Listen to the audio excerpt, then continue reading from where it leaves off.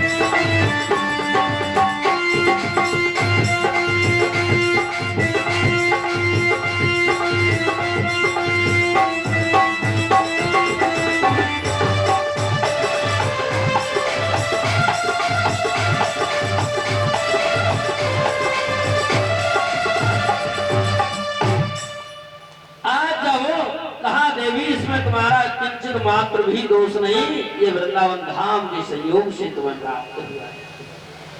और आज देवर्षि नारद गीता पाठ से बार बार उनमें चेतना लाने का प्रयास कर रहे हैं, लेकिन फिर भी असफल रहे। ज्ञान वैराग्य उठते फिर गिर जाते, उठते फिर गिर जाते हैं, लेकिन असफल रहे। लेकिन प्यारे भक्तों, जब देवर्षि नारद ने मन में ठान लिया तो मैं इनके लिए बद्री वन आश्रम में जाकर के घोर तपस्या करूंगा, तब अपनी तपस्या के प्रभाव से इन्हें पुष्ट कर दूंगा। आज उसी समय अपने सामने बद्री वन आश्रम में ही जहाँ तपस्या करना चाहते थे, वहाँ करोड़ों सूर्यों के समान तेजस्वी सनकादि कुमारों को देखा तो कहा मेरी चिंता का यही कारण है। तो आज उसी समय कहा कि तुम अब ज्यादा चिंता मत करो। इनके लिए श्रीमद् भागवत महापुराण की कथा का अनुष्ठान करवाओ, सप्ताह परायण की कथा करवाओ, इससे अपने आप ये पुष्ट हो जाएगा।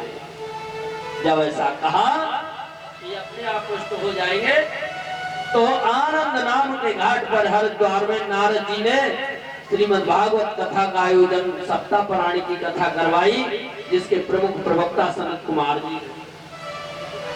और जब कथा शुरू होने लगी है, कथा शुरू हुई, तो उसी समय श्रोतागण दौड़ दौड़ करके आने लगे और ऋषि संत महात्मा अपने शिष्य और पत्नी बच्चों के साथ जब कथा में आने लगे हैं, प्यारे भक्तों, आज इसी बीच वही भक्ति अपने दोनों पुत्रों को लेकर के उस सभा के अंदर एकाएक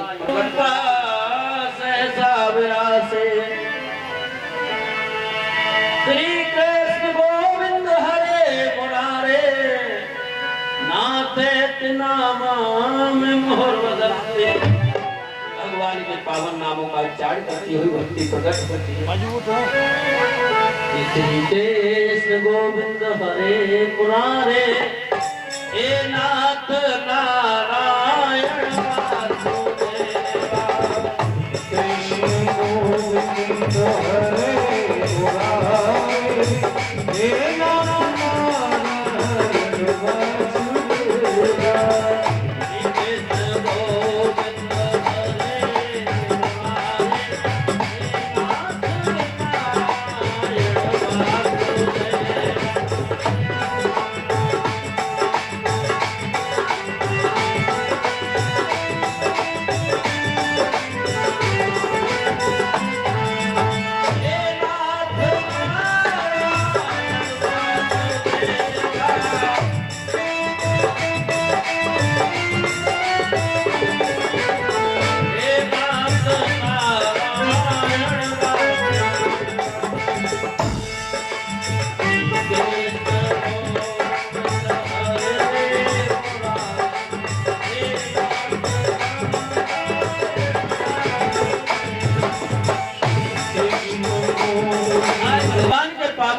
उच्चारण करती हुई भक्ति देवी जब सभा के अंदर प्रकट होती है, तो श्रोता जितने भी थे सबने तर्क कर दिया, बोले महाराज ये क्या है, ये कौन है, ये देवी कहां से आई है, इसका तो पता बताइए, ये है कौन। आज उसी समय सनत कुमार जी ने समाधान करते हुए कहा, ये देवी और कोई नहीं, ये अभी अभी कथा के अर्थ से निकली, ये भक्ति देवी है, अभी अभी कथा के अर्थ से निकली है। आज समाधान कर दिया, लेकिन उधर भक्ति देवी कहने लगी, महाराज मेरे लिए क्या आदेश है, मैं क्या करूं। कहा तुम भक्तों के हृदय में विराजमान हो जाओ। आज आज्ञा पाते ही भक्ति देवी भक्तों के हृदय में जा विराजी है, और इस तरह से आज भक्ति के दोनों पुत्रों का कल्याण हुआ। प्यारे भक्तों, इधर श्री सूत जी समझाने लगे, तुम भद्रा तटे पूर्वं भूतमोत्तमं, यत्र वर्णात् धर्मेण सत्य सत्कर्म तत्परम्। पूर्व काल में तुंगभद्रा नाम की नदी के किनारे पर और एक अनुपम नगर बसा,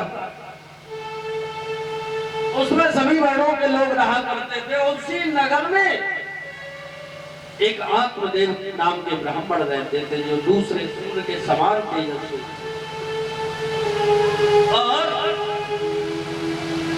जब महाराज आत्मदेव रहते थे, बड़े धनवान ब्राह्मण थे, बड़े विद्वान ब्राह्मण थे, लेकिन धनवान होने पर भी वो भिक्षा का ही भोजन किया करते थे, भिक्षा की भी थी।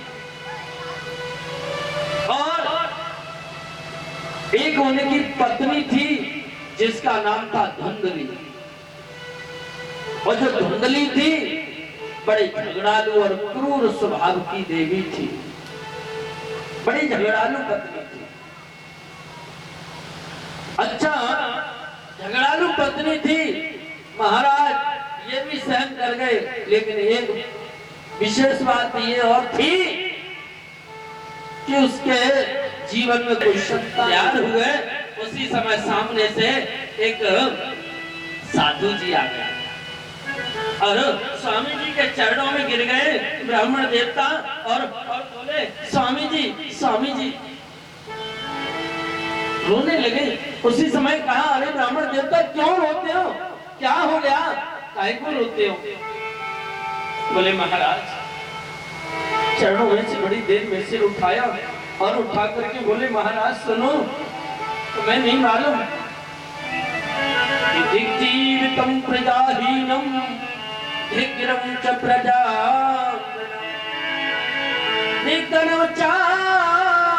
पत्यस्य कुलम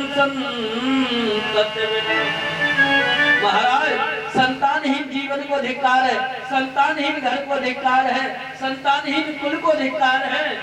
महाराज मैंने बड़े प्रयत्न किए लेकिन मेरी में कोई संतान नहीं हुई। मैं जिस गाय को पालता हूँ सर्वथा वो भी बांझ रह जाती है।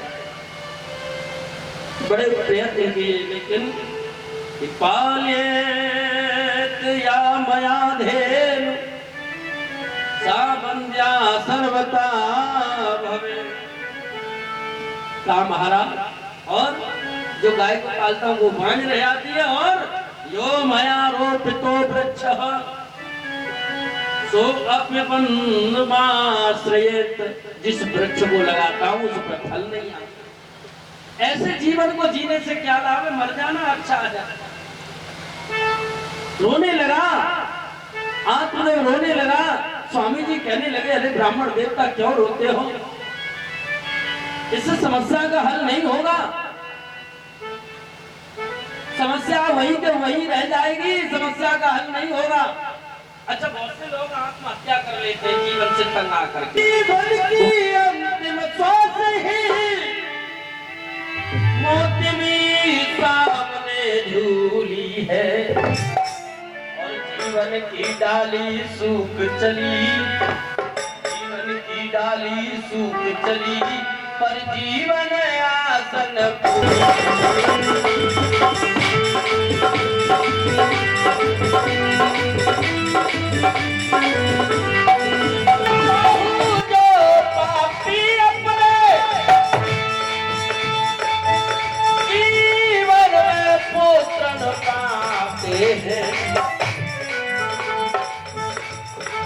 स्वयं नरक में जाते हैं,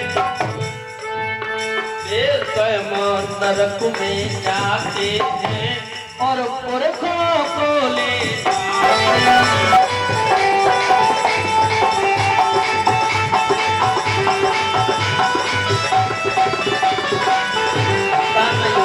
नरकगामी होते हैं। स्वामी जी कहने लगी अरे ये तो कर्मों की खेती है। क्यों कि कर्मों का बोझ संतान नहीं उठा सकती। कर्म हमने किए हैं तो उन कर्मों, जब हमने कर्म जैसे किए हैं वैसा ही उसका फल प्राप्त होगा। कि कर्म जैसा तू करेगा और भोग वैसा पाएगा। कर्म ही अगले जन्म में काम तेरे आएगा। कि कर्म से आबाद होगा, कर्म से मिट जाएगा, और कर्म ही अगले जन्म में काम तेरे आएगा। तो कहा तुम्हें किसी ने भ्रम में डाल दिया ब्राह्मण देवता, संतान हमें स्वर्ग या नरक नहीं देती, इसलिए तुम परमात्मा का भजन करो जिससे तुम्हारे जीवन का कल्याण हो जाए। आज उसी समय ब्राह्मण देवता कहने लगे महाराज ये विवेक से मेरा काम नहीं चलेगा, मुझे तो आप बलपूर्वक पुत्र दीजिए, बलपूर्वक पुत्र दीजिए। तो अगर नहीं देते हो तो मैं आपके सामने आत्महत्या करूंगा। स्वामी जी तो घबरा गए, उन्होंने कहा ये मरेगा तो पाप मुझे लग जाएगा। क्यों? जो पाप करता है वो तो पापी है ही, लेकिन देखने वाला भी बराबर का पापी होता है। तो कहा पाप ये कर रहा है लेकिन मुझे भी लगेगा, इसलिए उसी समय बोल दिया ठहरो। मरो मरो,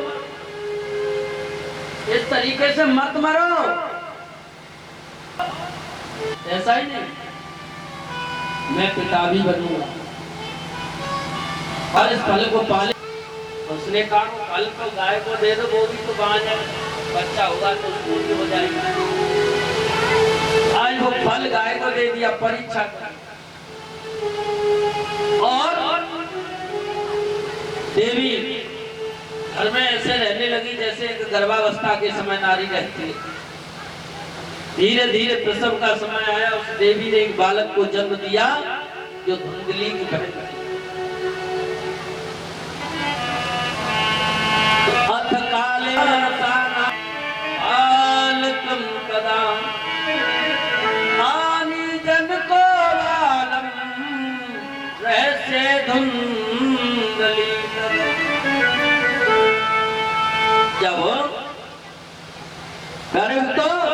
जब उसने रात ही रात में अपने पति के द्वारा उस बालक को भिजवा दिया धुंधली के पास, और जैसे ही सवेरा हुआ धुंधली ने उसके बदले में काफी धन दिया, और जैसे ही सवेरा हुआ अपने पति आप ने उनको खबर कर दी, बोले महाराज मैंने सुखपूर्वक एक बालक को जन्म दिया।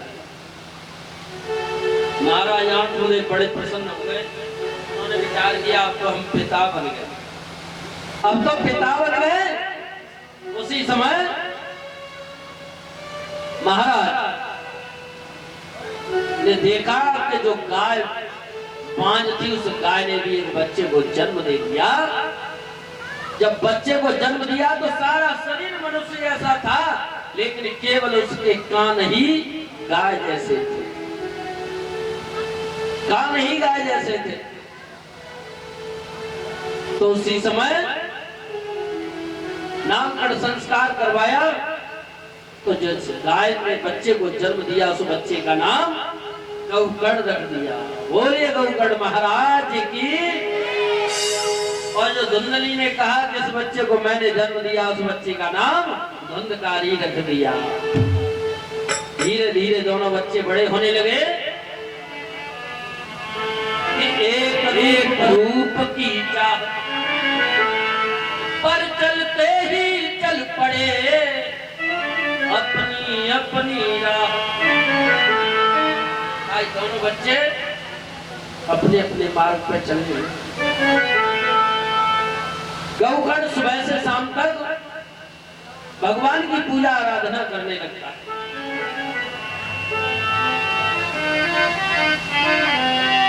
कि गौकर्ण सुबह से संध्या तक पूजन में समय बिताने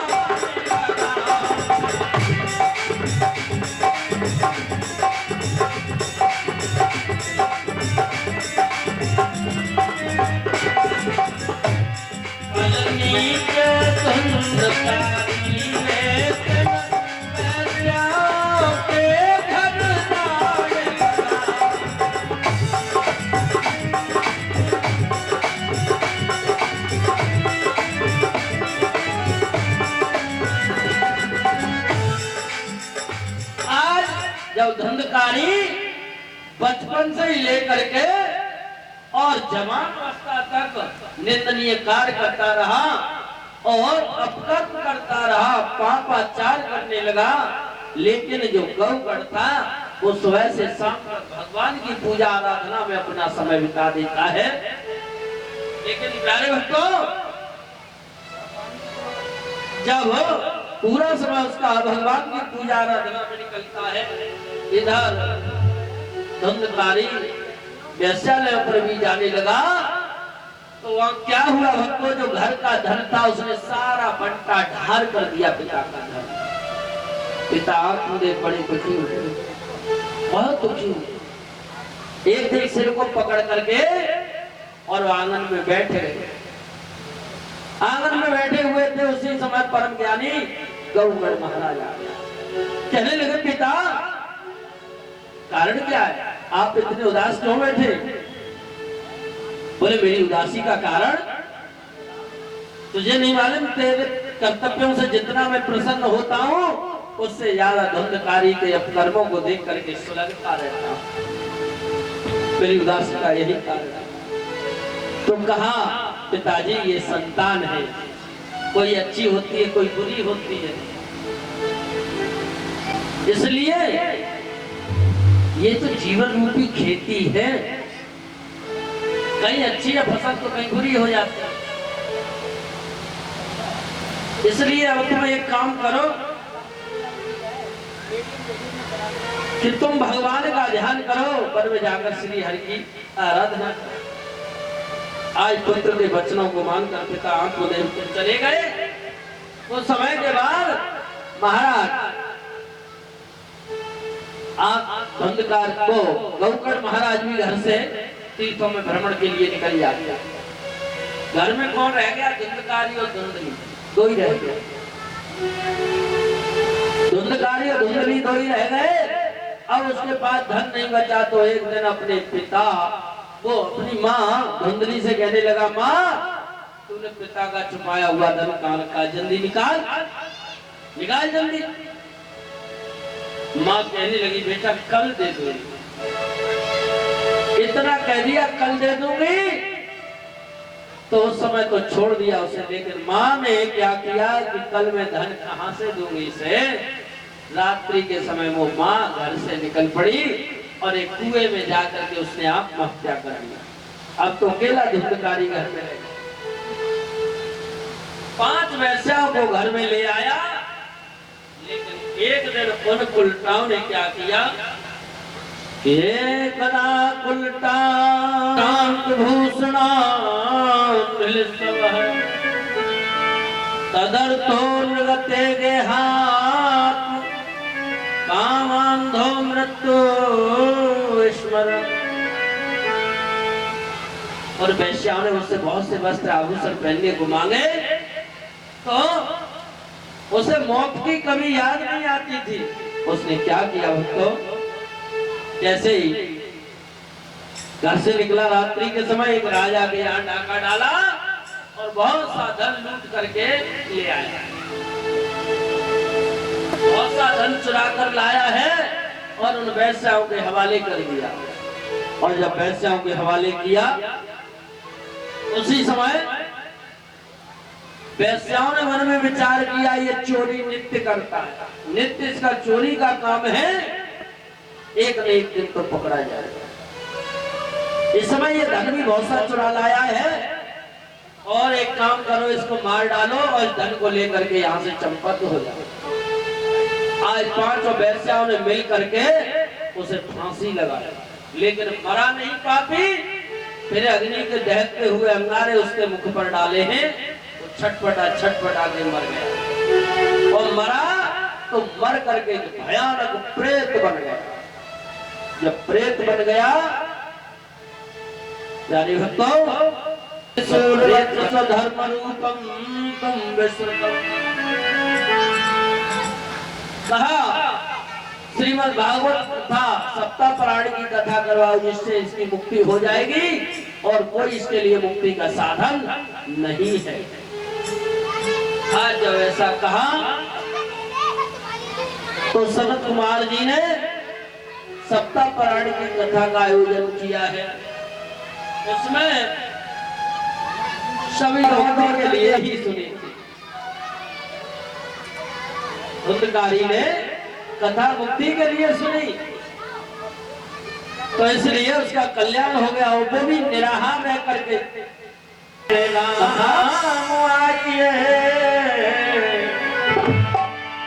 राम आइए, राजा राम आइए, मेरे भोजन का भोग लगाइए।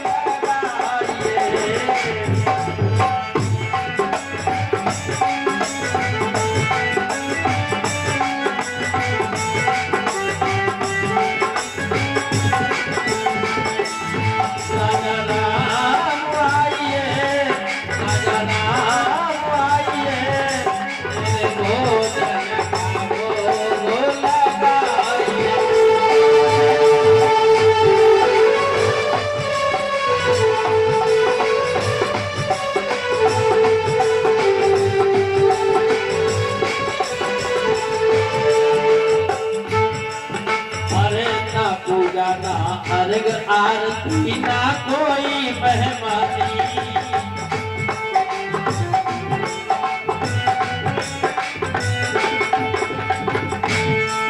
प्रभु हमें मालूम है, हमें मालूम है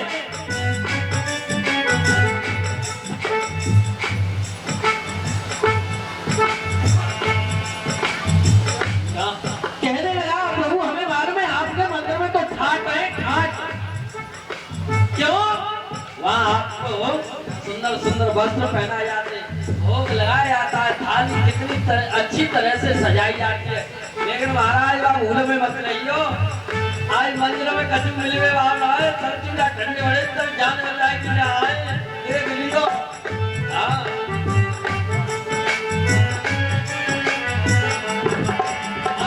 ना पूजा ना अर्घ आरती ना कोई मेहमानी।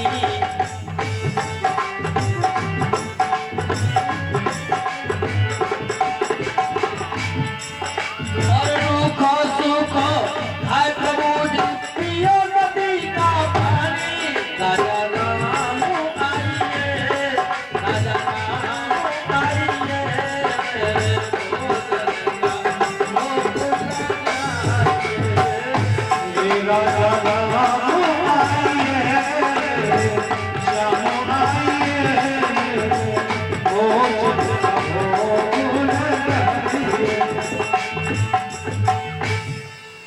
आज जब इस तरह से बुलाने लगा अरे आइए कमिन पर जिन्हें पहले जेई खाएंगे और जब पहले खाएंगे तो हमारा महाराज ऐसा है थोड़ा जल्दी आ जाए कर भूख ज्यादा लगती है अगली एकादशी को जल्दी आ। इतनी देर मत करना, मत इतनी देर कर लो आप, बताओ कितनी देर में आए हो, जल्दी आ जाना आप।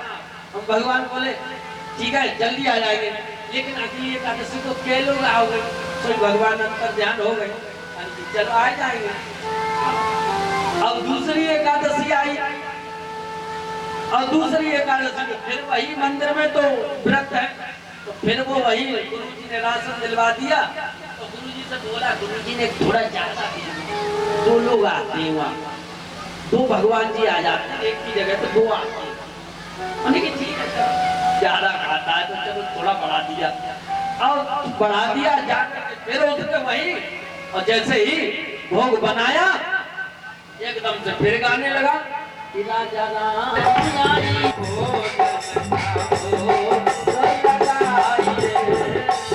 राजा राम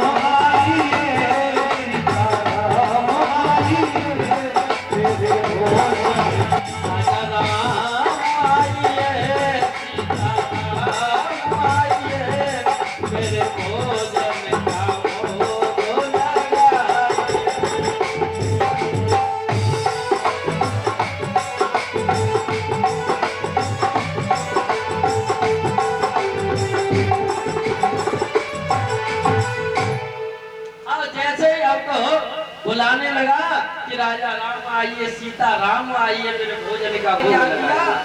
क्या हुआ? सीता मैया के साथ में और अपने भैया लक्ष्मण को ले आए।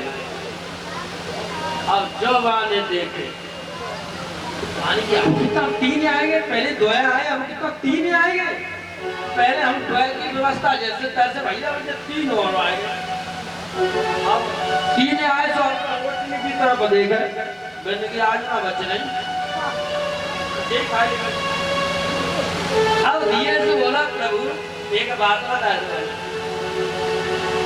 ये तो माता जी है प्रभु जी संग में तीसरे आज किन्हें आए कैसे हमारे छोटे भाई मतलब भाई हाँ बोले भैया आए हमारे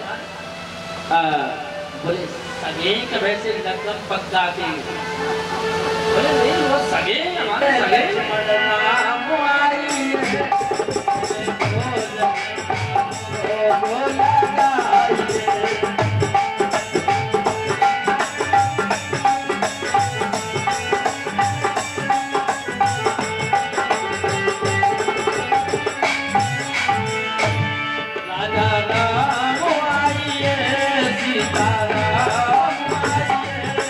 मेरे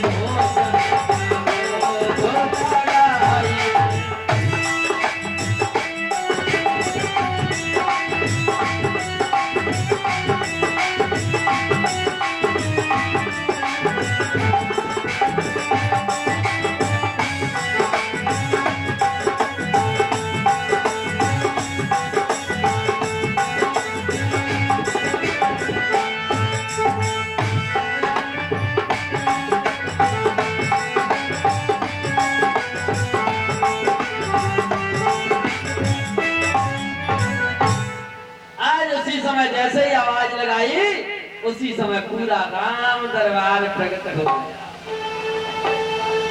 बोलिए राजा रामचंद्र भगवान की। वो देखने वाला बढ़िया रहे। महाराज जी बताओ, एक किने ले आयो तुम कहीं? अब तो भरत शत्रुघ्न जानकी लक्ष्मण सब और संग में हनुमान जी। और बोले महाराज अब तुम्हारे घर में सदस्य निपट गए होंगे, अब नहीं रहे नहीं होंगे, ताश मुझे बंदर मिलेगा रास्ता जाऊ कोई जगह हम ना बनाए महाराज, हमें मालूम नहीं। अब ये फौजे को पूजा होते तो हम तो गिनी चुनी बेचा 3 जन के ले लाए। अब बताओ इतनी जन के लिए कैसे है गई? अब हम पे ना बनना, घरवा बनाए लो खाए लो, हमें मिल नहीं रहा क्यों बना? बेकार मेहनत करें तो करिए, तो महाराज बनाओ जाओ, हम तो ये बैठे हैं आराम से। अब क्या हुआ कि मैया सीता अब बैठ गई और आटा गूंथने लगी, और इधर लक्ष्मण जी भरत शत्रुघ्न सब व्यवस्था में लग गए। और जब व्यवस्था में लग गए, अब मैया भोजन बनाने लगी। और जो देवतन ने देखी एकदम से दौड़ दौड़ कर आने लगे, मैया भोजन बनाने, मैया के हाथ का प्रसाद मिल जाए। और जो हमें सो सब अब आंखें बंद करके बैठो। अब कौन देखी सुन तमाम देवता मैंने ले बैठने का एक बात मिल जाती हूँ, सो जे नहीं मिलेंगे, जे इतने आगे जे नहीं मिलेंगे, आज तो मर गए। अब बैठो आराम से। अब तब मैया ने रसोई बनाई, तब तक गुरुजी आ गए। गुरुजी आए तो उन्हें तो कछु नजर ना आ रहा, उन्हें तो भाई पोटरी बनी हुई रखी है, बेई नजर आ रही है, और वो बातें कर रहा है, बाकी बातें सुन रहे हैं। बन की ये आंखें बंद करके कितनी बातें कर रहा तू वो है या? अरे कहीं गुरुजी देखो एक ना बचत है, मैं आए तुम कहते हैं 3 जन के लिए मान के लाओ या हजारों की संख्या में, कितने बताओ? तू किससे बात करा? क्या पागल? मुझे कोई दिखाई नहीं दे रहा।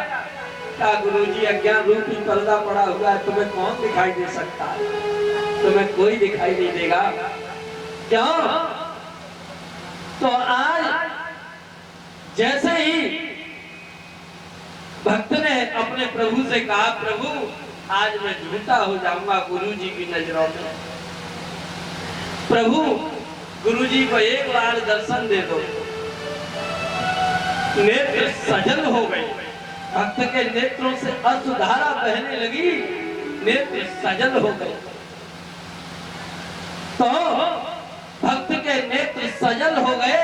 जब सजल नेत्रों से नीर बहने लगा तो भगवान ने जब गुरु जी को दर्शन दिया कि गुरु जी के नेत्र तरल हो।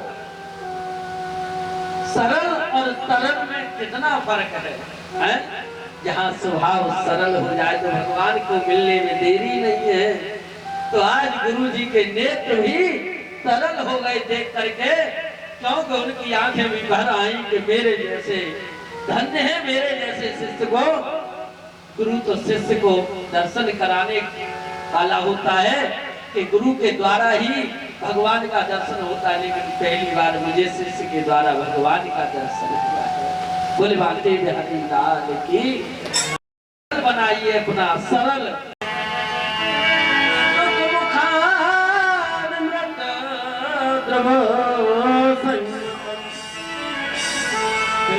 भागवतम सुनामयम् महोर्वोर्तिका भूमि भावुकः रस्ते मर्मज्ञ। भक्तजनों,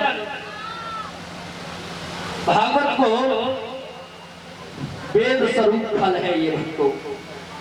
संसार में जितने भी फल हैं, किसी फल के अंदर आपको छिलका मिलेगा तो किसी के अंदर गुठली मिलेगी।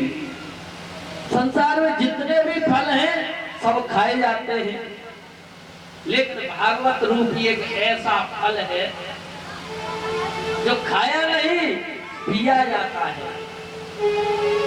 और इस भागवत रूपी फल के अंदर न छिलका है न गुठली है, इसके अंदर कोई वस्तु त्यागने योग्य नहीं है। और जितने भी फल है उनके अंदर त्यागने योग्य है। किसी में छिलका त्यागना पड़ता है तो किसी में गुठली त्यागना। तो ये भागवत की रचना कहां से प्रारंभ होती है और कैसे होती है? ऐसा वृत्तागत मुनि पूजयामास पितृमन्नारदं सुरपूजितम्। एक बार महर्षि वेद व्यास ने 17 पुराणों की रचना कर डाली, 4 वेद बना दिए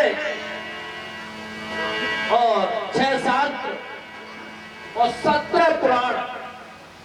लेकिन उनकी अंतरात्मा से यही आवाज आ रही, व्यास तुमने अब तक कुछ किया ही नहीं। बड़े खिन्न मन से बैठे हुए कि बोले ऋषिराज आज मुख पर, कहने लगे कि बोले ऋषिराज आज मुख पर छाई कुछ गहरी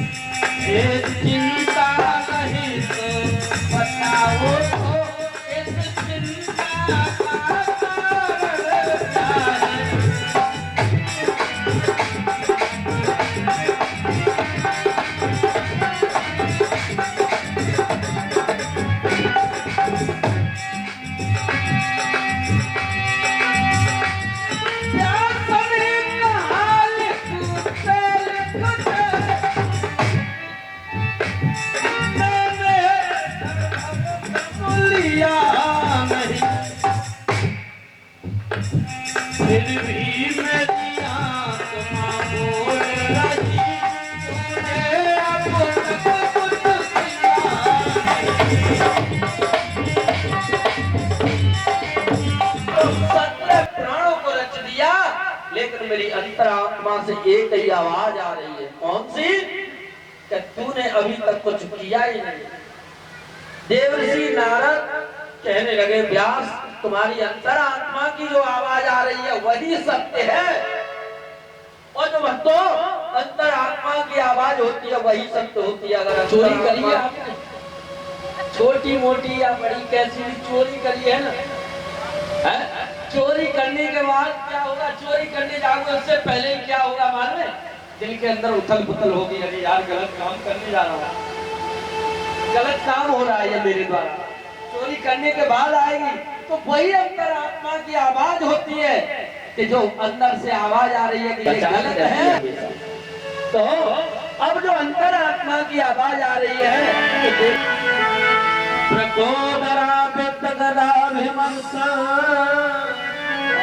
भगनोरुदंडे धृतराष्ट्रपुत्रे।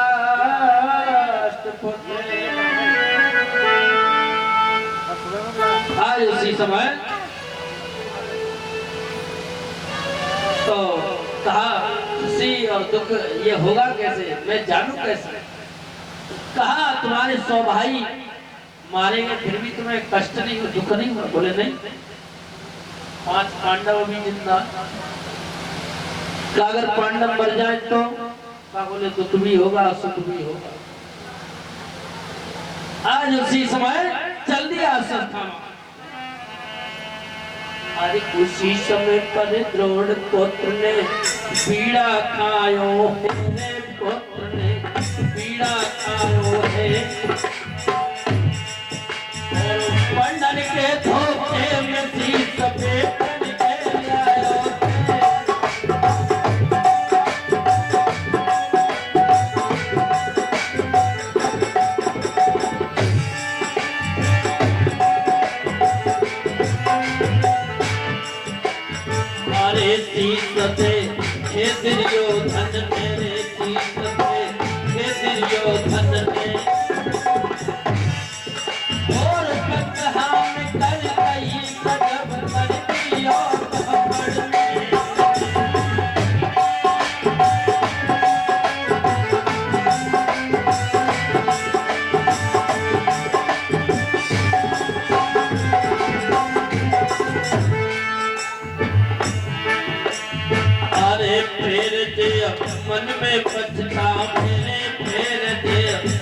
में पछतावे जाए कितनों है जाई पैर भक्त तो से अपने पिया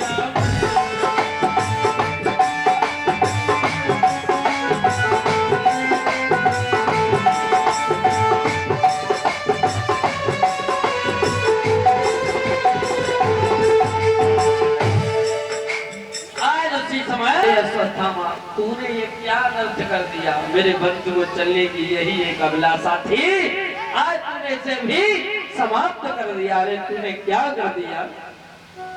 उसी समय अश्वत्थामा वहां से चला गया, लेकिन इधर सवेरा हुआ। सवेरा हुआ, आई डेरे की क्या हालत हुई है प्यारे भक्तों। और अबला खड़ी रो रही थी, द्रौपदी बाल बिखराए भये और बेटन पे पड़ी रो रही थी। आज भगवान कन्हैया और अंदर शिविर की ओर आ रहे थे, तो देख करके कहने लगी द्रौपदी आओ नटवर, कि मोहन के आते ही बोली नटवर आओ बेबाकी है कि अथवा इस खेल तुम्हारे में कछु और कसर भी बाकी है।